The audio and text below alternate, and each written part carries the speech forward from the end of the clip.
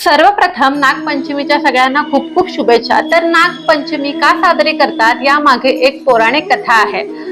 पौराणिक काळामध्ये समुद्र मंथन होत असताना देव आणि दानव दोघेही अमृतासाठी यांच्यामध्ये युद्ध होत होतं। त्यावेळेला नागराज वासुकी यांनी दोरीचं काम केलं। त्यानंतर महादेवांनी नागराज वासुकीला आपल्या गळ्यामध्ये धारण करून त्यांना अपार मान दिला। त्यामुळे नागपंचमी हे नाग फक्त एक प्राणी नाही तर एक दैवत आहे। या स्वरूपात नागदेवतेची पूजा व्हायला सुरुवात झाली। आणि तसं पाहायला गेलं तर नैसर्गिक दृष्ट्या नाग हा शेतकरी मित्र आहे।